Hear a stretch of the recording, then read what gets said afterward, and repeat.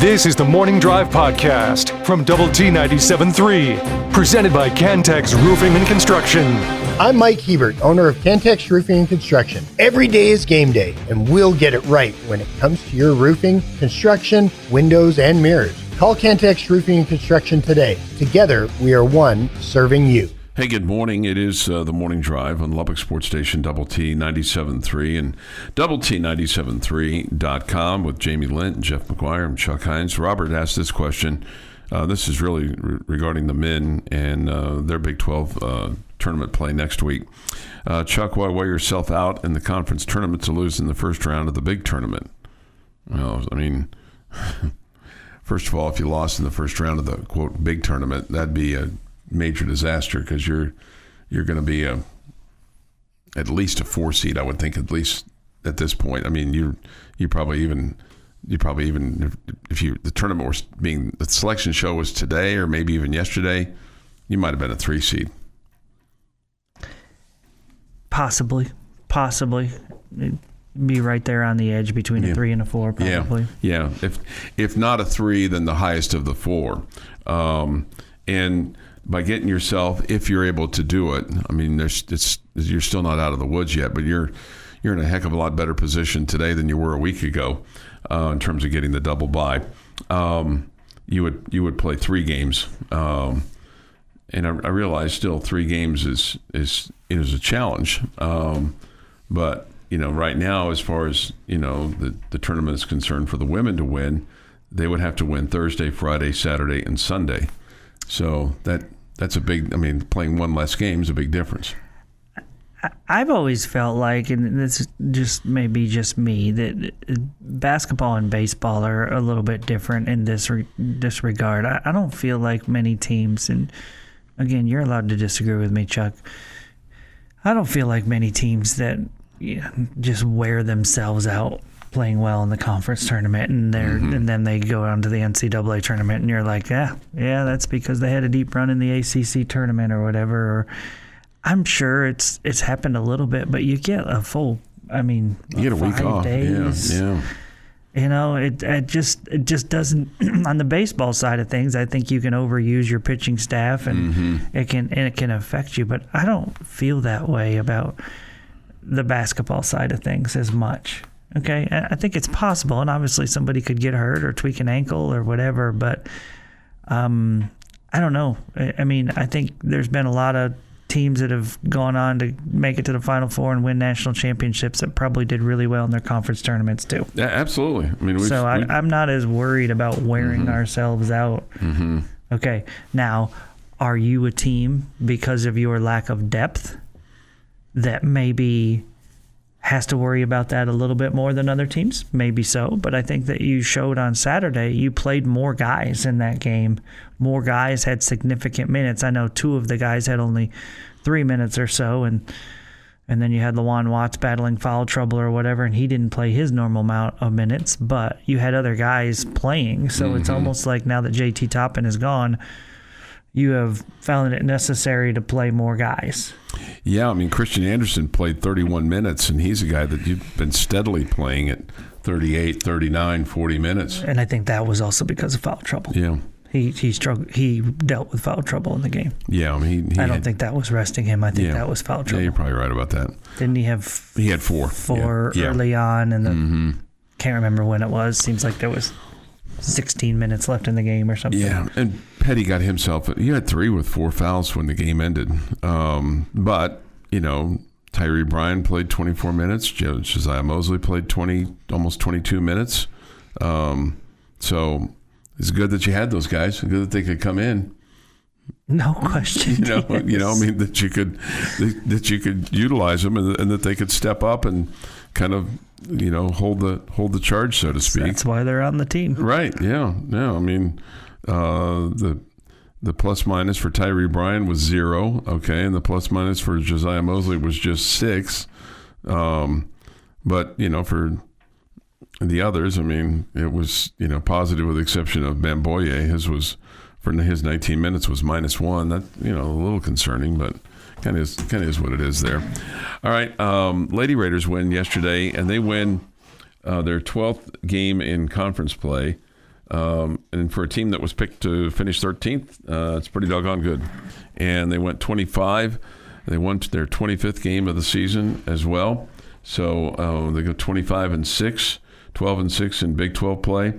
You got big performances off the bench in the third quarter.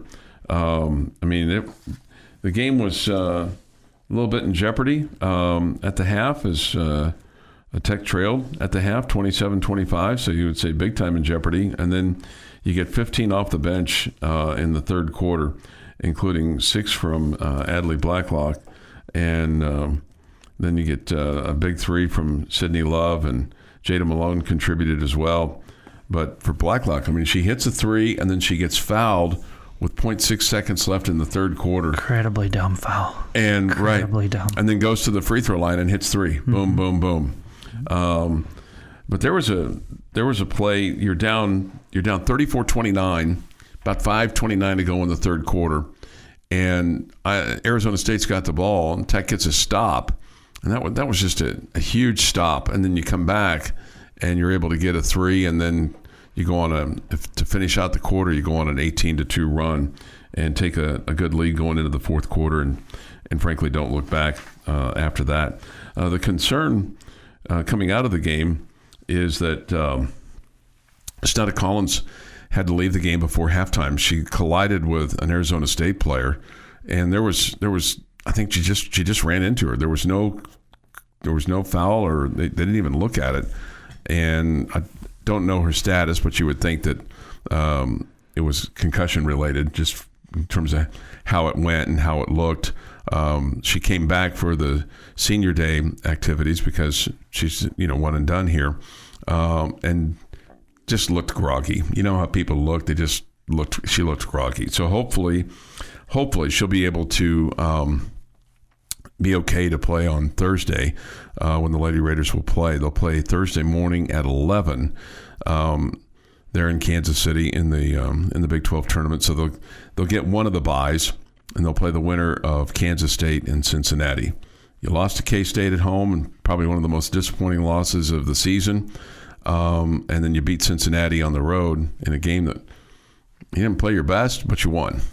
So that's what's ahead. And then the winner of that game will play Oklahoma State, another team that you lost to on the road in Stillwater, where you didn't play very well at all. So that's a game that they would like to have back as well. But we'll see what you can do next week or this week in the Big 12 tournament in Kansas City.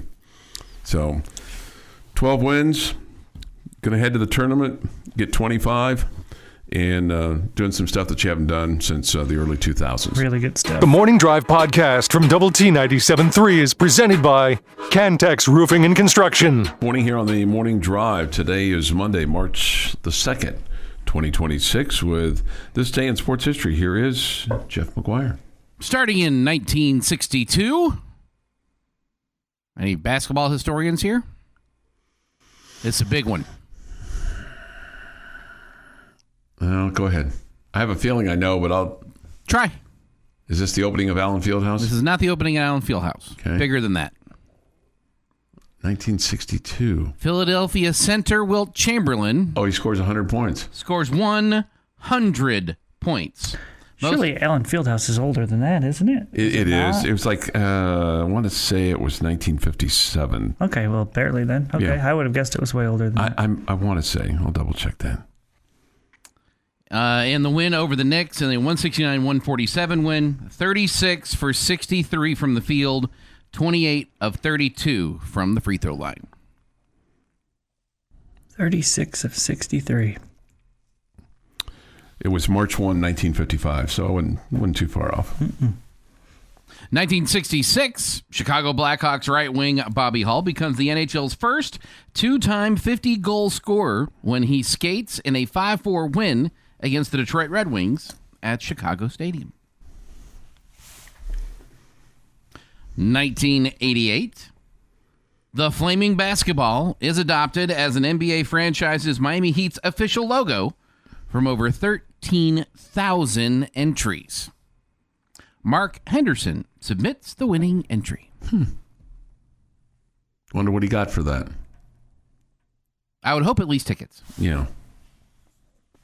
1996, Corey Carr sets a school record with 7 3-pointers, and Texas Tech beats Rice 84-70 to finish 14-0 in Southwest Conference play to clinch the title.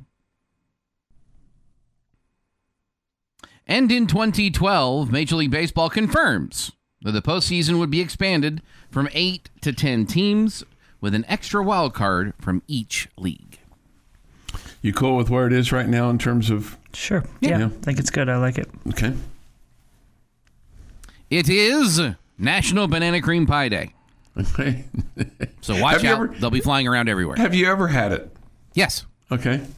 It's basically banana pudding and, cream on top of it. Yeah. I mean, it's not like rocket science or anything. Right. But it's always what people get hit in the face with. So watch out. They're flying. They're flying. You ever been hit with a pie?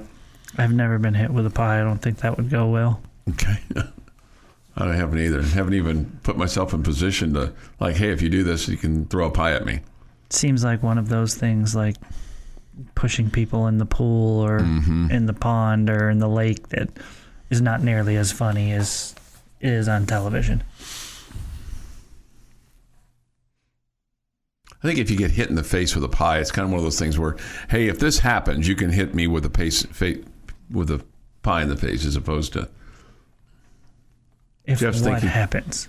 Like they do this on the Dan Patrick Show, they'll do one of their things. One of their things is pie in the face. So a television skit. Yeah. Okay.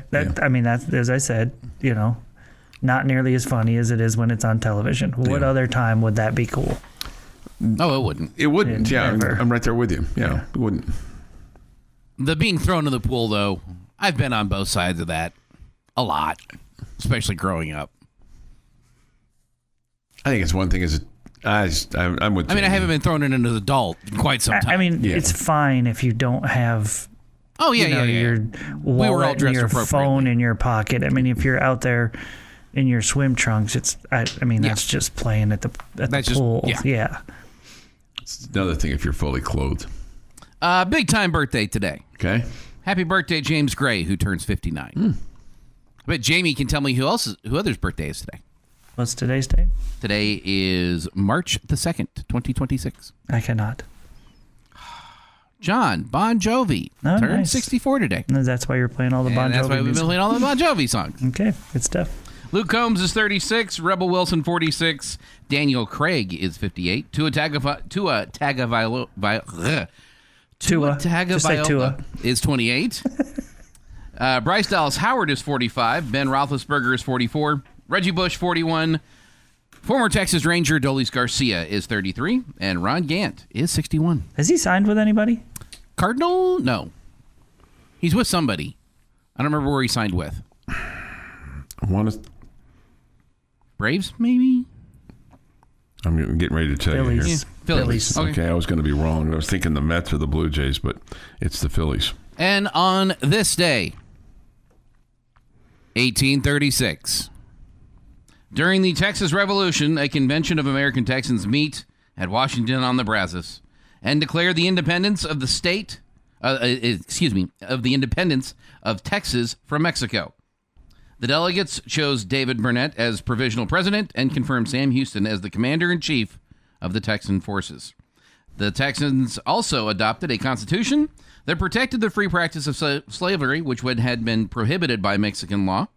Meanwhile, in San Antonio, Mexican General Antonio Lopez de Santa Anna, siege of the Alamo continued. And the fort's 185 or so American defenders waited for the final Mexican assault. And that is This Day in Sports History. This Day in Sports History, 6:51 this morning here on the Morning Drive. We'll have the high school fan zone tonight on at 6. Coaches from Estacado, Monterey, Friendship Memorial, and Liberty all will pay a visit to the high school fan zone. And the Liberty boys are still alive in the postseason. They'll take on Pampa tomorrow night. That game will be at 6 o'clock at Wayland Baptist University. Okay? That's right. You can hear it on 100.7 The Score. Okay. Other teams that are still alive. This is UAL state semifinal action now. Shallow Water will take on Emory Rains tomorrow at 8 o'clock. That'll be at Abilene Christian. Spur will face Eula, and Nazareth meets Gordon. Those are teams that are still alive. And then on the boys' side, you've got Seminole and Burke Burnett tomorrow night at Abilene Wiley at 6:30. Brownfield and Holiday tomorrow at Abilene Wiley. That'll be the second game. That'll be a 7:30 tip. And then the Shallow Water boys also still alive. They'll face Jim Ned 6 p.m. in Garden City. And then La Mesa and Blanco will play in Shallow Water. That'll be tomorrow night. Slayton and Henrietta also play tomorrow at 5 o'clock in Childress. The Ropes is still in action. They'll play tonight against Wellington in Floydada. And that's New Home meets Roscoe tomorrow night at 6:30 in Snyder. Okay, those are among the boys that are still alive in terms of the high school hoops. And again, we'll have the high school fan zone tonight at 6 o'clock on 100.7 The Score. Tomorrow night, it's Red Raider basketball. They take on TCU. It's an early tip time. It's 5 o'clock for the broadcast time and 6 o'clock for the tip at United Supermarkets Arena. So obviously still a lot to play for. You don't want to stub your toe tomorrow night against TCU. And, you still have a great position now after the win over Iowa State on Saturday. As far as TCU is concerned, they're 9-7, Jamie. They're 19-10 overall. They're in the tournament, don't you think? Yeah, probably. I'd be a little bit nervous if I was them, but you're probably right. They're probably in. I mean, they would look at this game tomorrow and say to themselves, we win this game tomorrow, and we're lock solid in the tournament. Definitely. Definitely. So certainly plenty to play for tomorrow night at United Supermarkets Arena, and we'll have coverage for you tomorrow at 5 with a play-by-play at 6. The Morning Drive podcast from Double T 97.3 is presented by Cantex Roofing and Construction. Here on the Morning Drive, good morning, with Jamie Lent, Jeff McGuire, and Chuck Heinz. We have the Regional Spelling Bee coming up on Saturday. It's the 84th Lubbock Regional Spelling Bee. It's presented by Double T 97.3, Fox 34, and our friends at Sonic. In the spirit of that, we, meaning I, have been spelling words courtesy of Jamie, who has this randomizer of words that spit out, and I attempt to spell one of them. I'm 0 for 5. It's a new week, Chuck. It's a new week. You are chance to 0 for 0 this week. Kind of have amnesia.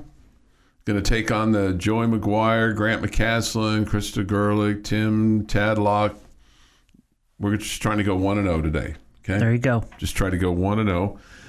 This portion of the program is presented by Davis Paintless Dent Repair.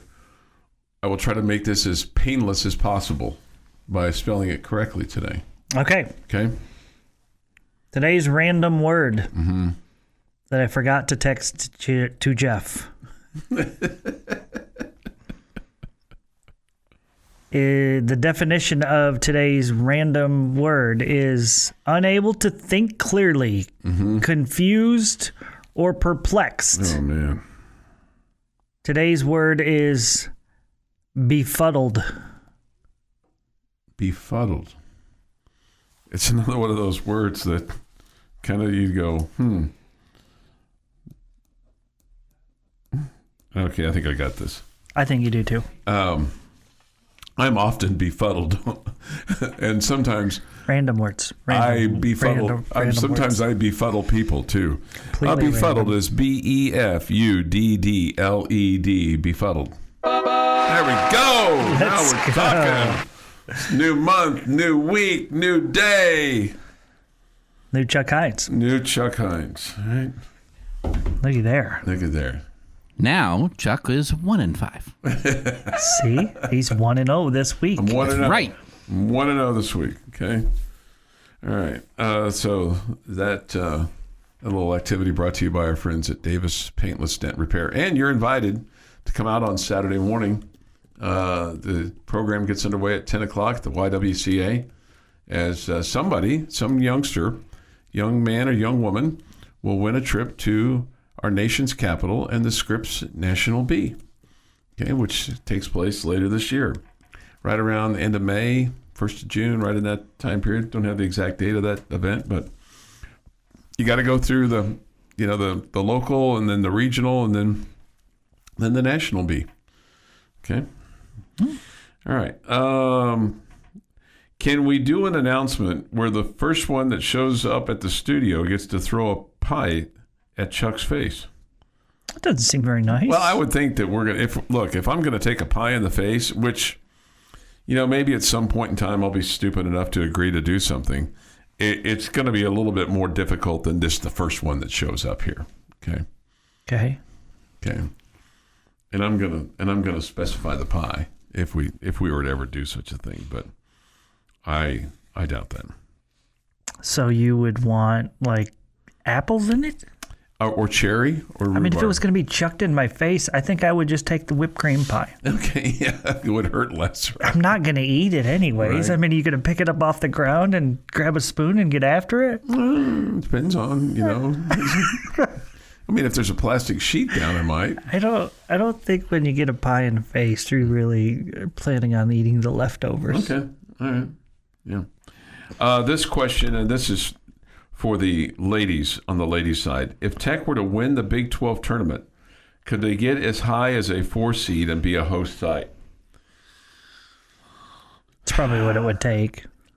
Yeah, and I don't know. I mean, and that's where I wonder if, there's some economics that take place because, I mean, if you were to win the Big 12 tournament, you'd have a pretty good crowd over there at United Supermarkets Arena that might be as good as any site that could host.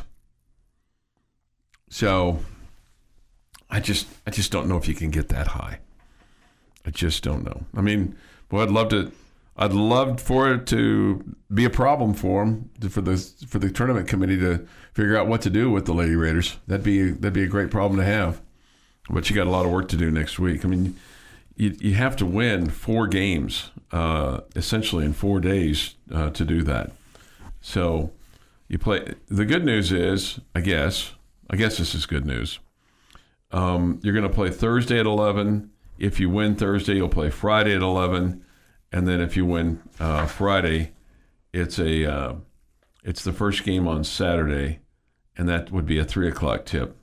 And then you'd play, if you win that game, you'd play Sunday at 4, unless it's BYU, and then you'd play Monday at 3:00. Okay, and the likelihood of BYU advancing is, I don't think, very high. I think they'll make it. They're the 9 seed. They play Houston. They'll make it that far. And then they would play Utah. So a little holy war there. That might be a game worth sticking around and watching because those two schools do not like each other. Those fan bases do not like each other. At all. Oh, really? Yeah, at all. I know you're shocked by that, right?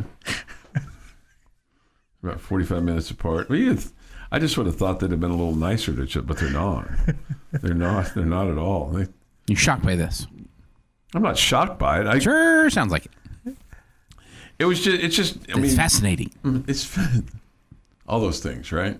No, it's completely 1,000% expected. No, I understand that. It's just different. When you get new schools into your conference and you don't really understand their previous history, and you just it's the level of venom, I think, that surprised me between the two. Not that they dislike each other. It's just the level of venom that.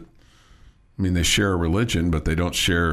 And they share a faith, but they don't share a common goal for the greater good because they keep right. Because everybody in the world who shared the same faith has never had a fight before.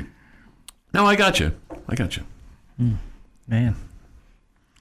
Anyway, it's the level of it that was a little surprising to me. And Arizona and Arizona State will play each other in the first round of the Big 12 women's basketball tournament. I bet those fan bases don't like each other either. I don't think so. Tell me which two fan bases do like each other. Well, but I just don't get. Here's the thing, though. I like BYU's fan base. I don't get the impression that Arizona and Arizona State hate each other as much as Utah and BYU. I think that's fair. I just don't get that. I don't get that impression. So we'll see. We'll see what happens. 7:23 this morning here on the Morning Drive. Thoughts, comments, Yates Flooring Center chat line. That would have been probably funny that maybe we'll do that next year. That if I can't get more than half of them right, that somebody gets to throw a pie in my face. That's up to you. Yeah, we'd have to do that outside. I'm not asking for you to do that. We don't want to mess up the First United Bank studio. Get pie all over the place. That'd be bad. Mm-hmm. That'd be. Maybe you could have Adley Blacklock throw it. No, down on the court up to the second level or whatever it was. She'd probably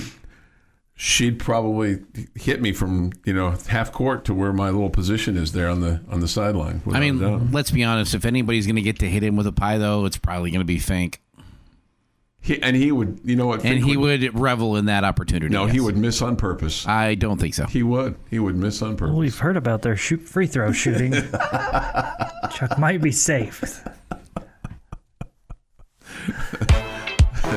This is the Morning Drive Podcast from Double T 97.3, presented by Cantex Roofing and Construction. Jamie's question of the day on Double T 97.3 is brought to you by Connecticut of West Texas. Quick, somebody distract Chuck. You don't want to talk any Cowboys? Don't. There's no good news there. Okay. Well, that's all right. Put the kibosh on that. I'm going to ask you a question today that we've asked before that has bounced back and forth over the last few weeks. I feel like what we saw this weekend on Saturday in Ames, Iowa, maybe changes the answers. Okay. So it's two questions. Who goes farther in the conference tournament? And who goes farther in the NCAA tournament? Lady Raiders, Red Raiders. Oh, man. I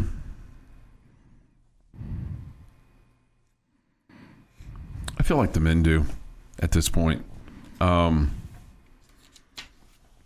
just I think the women will win on Thursday against the winner of K-State and Cincinnati.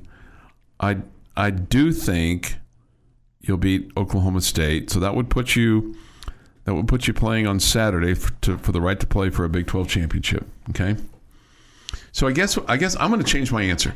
I think the women go further in the Big 12 tournament, and the men go further in the NCAA tournament. Okay. Men in both. The ladies not getting the double bye is what I think is going to hurt them. That's one extra game that they're going to have to play in the Big 12 tournament.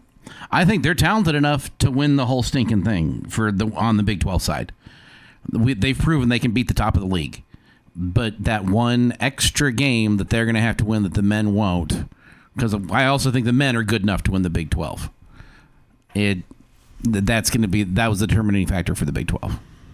And the guys are a 4 or a 3 seed, while the girls are a 5 or a 6, kind of for the big tournament for the NCAA. So that's kind of the no-brainer there. All right, I am on the same lines with Chuck.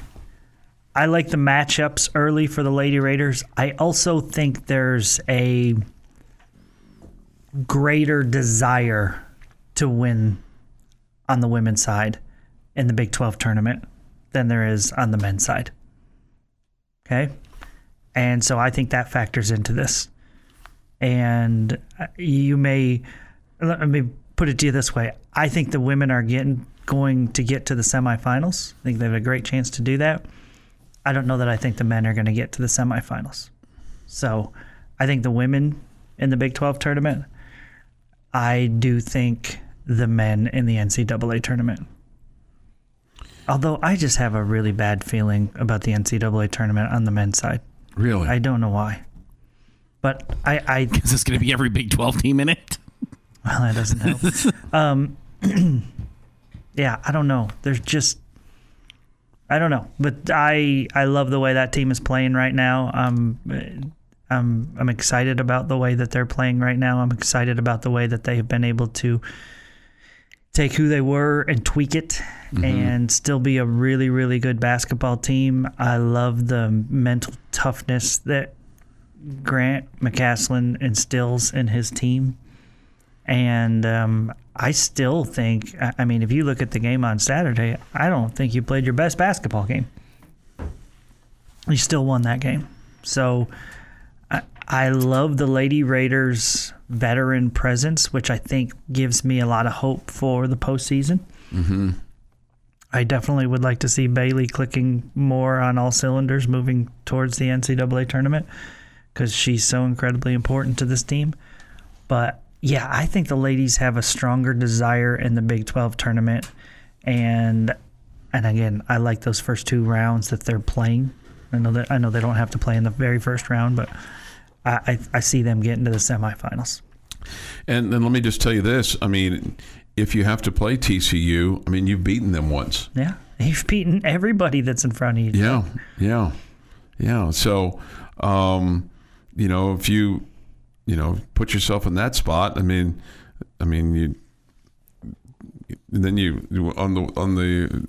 on the one hand, you don't have to face Baylor until the championship game. And then we don't have that discussion about, well, can you beat a team 3 times? Can you beat a team 3 times? So, we won't have... Especially after one of them was by 31. Right. Last time was by 31. That's the thing that's so crazy is you beat Baylor by 31 points. They're the 2 seed. And you lose to Colorado on the road because you can't stop turning the ball over. And then you follow that up with a loss to Kansas because you can't stop fouling and put them there. Are the men guaranteed a first-round bye? Yes, at this point they are. We're a game up on Kansas and Iowa State, but if we lose to BYU, do we drop to 5th? Well, that depends on what KU and Iowa State does. I mean, if Iowa State loses tonight, that would give them 6 losses in the Big 12. And you would have to lose both of yours down the stretch to finish with 6 losses. And then you would have the tiebreak over Iowa State. Okay, so you're saying guaranteed. Because it's a double it's a double bye. So they would at least have 1 bye right now. Well, how can you say it's guaranteed that they have the first round or the double bye? I'm not saying that. I'm saying. I thought that's what you said. No, just the first round bye. Okay, you definitely have the first round bye. No questions. Yeah. Yes. But the second one, you're not guaranteed. There's 2 teams, 1 game behind you, and you have 2 games to play. I mean, if Iowa State loses tonight, then I think that would put you in a great spot where even if you lost the last 2 games, you'd be tied with Iowa State. Yeah. And you'd win that. So guaranteed a first round bye. More than likely, you're going to get the second round bye, but that one's not quite guaranteed yet. Yeah. But you have a leg up on both Iowa State and Kansas because Tech and Houston are both 12-4. You split with Houston. I mean, right now, if I'm just understanding everything right now you would have I think you would have the 2 seed. Well, I'm not certain on that. I am not certain on that. But at any rate, I mean, you've put yourself in a great spot to be in, just to get yourself the double bye. Sorry, I meant double bye. Yeah. Well, we're not guaranteed the double bye yet on the men's side. Okay. This men and women basketball team have no team ahead of them that they can't beat. Yeah, I'd agree with that. You just got to play your best, though. Your daily dose of sports and fun. This is the Morning Drive Podcast from Double T 97.3, presented by Cantex Roofing and Construction. If the only Sports Illustrated you own has Darvin Ham and a broken backboard on it, you've come to the right place. Texas Tech Sports lives on Double T 97.3. 8:02 this morning here on the Morning Drive. Good morning with Jamie Lent and Jeff McGuire. I'm Chuck Heinz. We come to you from the First United Bank studio. I actually found my Darvin Ham Sports Illustrated cover, the whole magazine, with my address on it. With the label on it. I actually found that in my room the other day. Okay. So, but it's not the one. It's not the one that I have signed by Darvin and Coach Dickey with the piece of glass, but that I have in my office. But I was like, oh man, I wish I'd had that one signed, but it didn't work out. Jamie, you've got a copy of it, right? So this show is 3 for 3. Mm-hmm. I wonder if the other shows in this building can say that they are 3 for 3 on having that Sports Illustrated. I would guess that we have multiple hosts in this building that never had the joy of getting Sports Illustrated delivered to their house on a that's not entirely true. Weekly basis. There's some. Maybe not back then. I'll bet both Clint and Rob had it delivered. They're probably old enough. I don't know if Choice is old enough to do that. Have it delivered. I would be 1,000% certain that Choice has a copy of that. Yeah, I have no idea whether he got it delivered. Yeah, I would Clint agree grew up a Jayhawk fan. I would doubt that he has a copy of it, unless he got it delivered to him. But anyway, even then, I mean, he was living in Kansas. He had no idea that he was going to be moving to Lubbock, Texas, at some point in his life and going to. Now, Gus might have 5 copies. So does that balance out? Who might have 5 copies? Oh, Gus. Yeah, right. Gus. But Gus is such a nice guy. He would give 4 of them away, though. Yes, he would. It's also true. Mm-hmm. Yeah. This from the Yates Flooring Center chat line from Todd. He said, as good of a weekend as it was for the Red Raiders, my weekend's Fearless Champion Award, that's a good idea, goes to Cameron Neal for getting up after falling in the men's 4x400 to fight for the last point that gave the Red Raiders the conference title for the Big 12 Indoor Men's Track Championship. That's Raider power. The 4x4 is the last event, and he got tangled up with a runner from Arizona State, and he got up to finish, and that 1 point was enough for Texas Tech to win the Big 12 Men's Indoor Championship. Yeah. Yeah, that's a good idea. Absolutely. A fearless champion of the weekend or of the month. That wouldn't be a bad thing for us to have. That's a good idea, Todd. Thank you. Thoughts, comments, Yates Flooring Center chat line. Go to doublet973.com to participate, or the Visual Edge IT hotline if you'd like to communicate it yourself with your words. 806-771-0973. High School Fan Zone tonight, featuring coaches from Estacado, Monterey, Memorial, and Liberty, all coming into the fray of the First United Bank studio.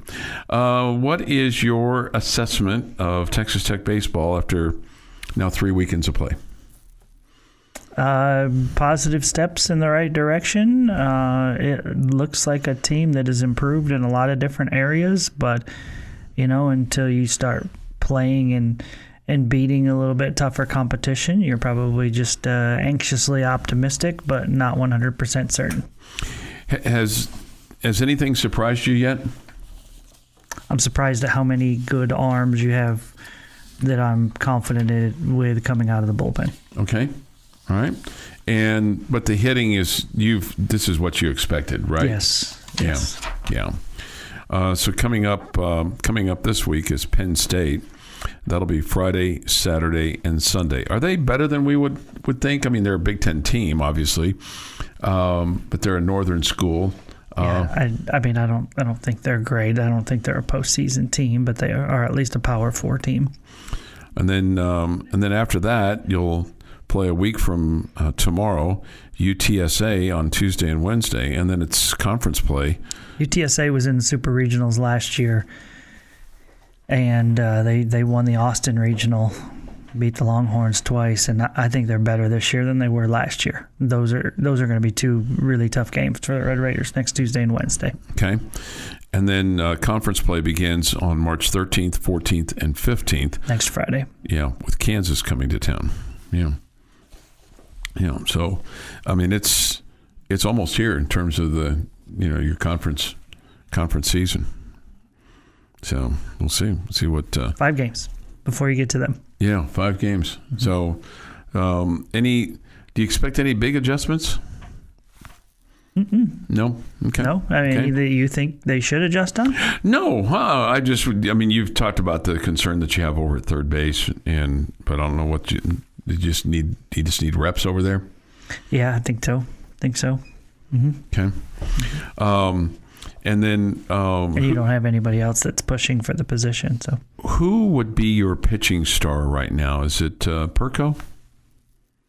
He'd be up there. I mean, Johnny Lowe would also be up there. Logan Addison would be up there. There's a lot of different guys, but Perko, as far as the starting rotation is gone, he's been the best. Has there been a hitting surprise yet? A hitting surprise. I would say Kyler Thompson's pleasant surprise. Okay. He's gotten off to a terrific start. Now, Kyler didn't play at all this weekend, and I'm not really sure what the reason for that was. I saw him out there with the team, jogging around, so I don't know if he's tweaked something and wasn't healthy, or maybe he was sick. I don't know, but he was there with the team. So I don't think he's gone. I just don't know why he didn't play. But, I mean, the freshman Jesse Rusnick did a great job in his stead. I don't think it changes anything. Yeah. Okay. 8:09 this morning here on the Morning Drive. Our next edition of Red Raider Baseball with Tim Tadlock will come up on Thursday, and that'll be from 6 until 7 here on Double T 97.3. And then the boys will be back in action against Penn State. It's a Friday night game this week. So 6:30, first pitch over at Danlaw Field at Rip Griffin Park. And then Saturday, it's a 2 o'clock affair. And Sunday, 1 o'clock as the Nittany Lions come to town. This has been the Morning Drive Podcast, presented by Cantex Roofing and Construction. Check out our library of Double T 97.3 podcasts at doublet97.3.com.